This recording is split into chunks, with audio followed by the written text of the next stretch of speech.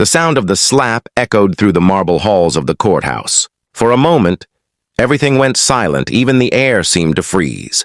A crowd had gathered just outside the courtroom doors, where a tall black woman stood, clutching her briefcase, her eyes wide with disbelief. A police officer, white, red-faced, and furious, had just struck her across the face. "Watch your tone, lady!" he shouted, his badge catching the light. She didn't say a word. She didn't have to. Her name was Keisha Williams, a woman the city thought they knew. To most people, she was just another face walking the busy streets of Atlanta. But inside her mind, she carried years of struggle, law school nights and silent prayers. People whispered, "Did that cop just slap her? She didn't even do anything. She was just talking to the clerk." The second officer, younger, nervous, tried to calm his partner. "Mike, man, stop. People are filming." But it was too late. Cameras were already out. The world was about to see everything. Keisha slowly raised her hand to her cheek. A red mark glowed on her skin. She didn't cry. She didn't shout. She simply said in a calm voice, "You just made the biggest mistake of your career." The officer laughed. "Yeah? What are you going to do about it?" Keisha looked him in the eyes, her voice like steel. "You'll find out soon enough." And with that, she picked up her briefcase and walked through the courtroom doors. What no one realized, not the police, not the clerk, not even the judge waiting inside, was that Keisha wasn't there as a defendant, a witness, or a lawyer. She was there for her. First day as the newly appointed federal judge of the Atlanta District Court. 2 hours earlier, Keisha had been up since dawn, standing in front of her mirror, adjusting her black robe. It had taken her 20 years to earn it, 20 years of long nights, prejudice, and silence. She had grown up in South Atlanta, where kids like her weren't expected to dream big. Her mother cleaned houses and her father drove a city bus. But Keisha had always believed that education was her way out. She was the girl who studied during lunch breaks, the one who corrected her teachers when they misquoted a law, the one who refused to give up, even when she was told this world isn't made for people like you. Law school had been brutal.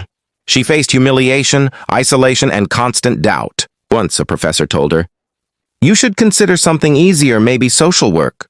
She replied, "No, I'll make the laws that social workers follow." And she meant it.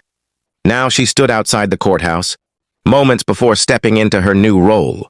But when she stopped to help a young mother who dropped her papers, that's when Officer Mike decided she looked suspicious. He hadn't asked questions. He'd just assumed. And when Keisha tried to explain, he'd grabbed her arm and slapped her. Now, she was walking back toward him this time, wearing her judge's robe. The courtroom buzzed with whispers when Keisha entered through the back door. The bailiff stood tall, ready to announce the presiding judge. "All rise," he said. The officers outside hadn't even realized who she was until they followed her in and saw her stepping up to the bench. Their faces turned white. Officer Mike froze in place. His hand twitched near his holster, unsure if this was real. The cameras kept rolling. Keisha adjusted her robe, took a deep breath, and sat down. Her nameplate gleamed in gold. "Honorable Judge Keisha Williams." The room erupted in gasps. Reporters ran to the front. Phones flashed. Even the prosecutor's jaw dropped. Keisha looked directly at the two officers. "Bailiff," she said calmly, "please bring those officers forward." "Your Honor?" The bailiff whispered, stunned. "You heard me," she said. "Bring them forward." Officer Mike tried to smile. "This is a misunderstanding, Judge. I didn't—" "Officer," she interrupted, "before you speak, remember you're under oath in my courtroom. Every word you say is now part of the record." He swallowed hard. The younger officer, the one who tried to stop him earlier, stepped forward, nervously. "Ma'am, I told him to stop, I know," she said softly. "And I saw you. The truth will come out." Then she looked at the cameras. "Today," she said, "we're going to talk about accountability, not just for civilians, but for those who wear the badge." The trial that followed wasn't on the schedule, it wasn't planned, but it became one of the most watched court moments in American history. Keisha allowed the courtroom footage from the security cameras to be played for everyone to see.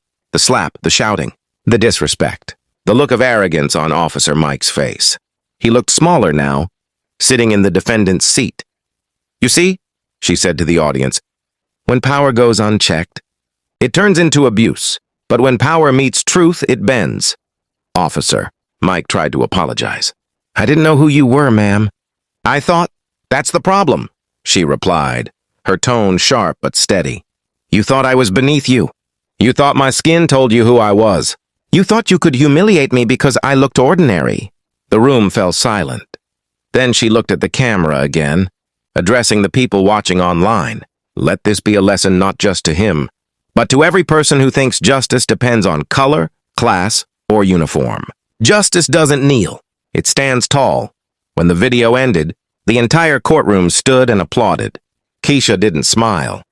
She simply nodded and said, "Court is adjourned." But that wasn't the end.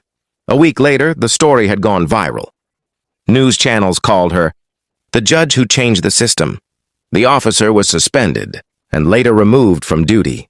The younger one, the one who tried to stop him, publicly thanked her for giving him courage to speak out. But Keisha didn't care about fame. She cared about change.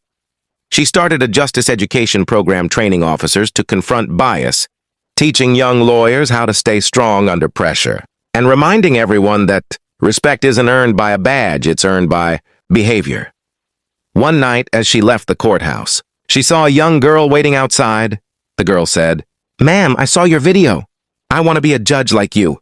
Keisha smiled, tears forming in her eyes. She bent down, placed a hand on the girl's shoulder and said, "Then promise me something when they tell you you can't." "You remind them who you are," the girl nodded.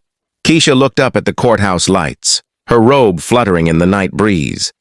The same building where she was once slapped now echoed, with her footsteps of power. And somewhere deep inside, she whispered a silent prayer. Justice always finds its way even when the world tries to silence it.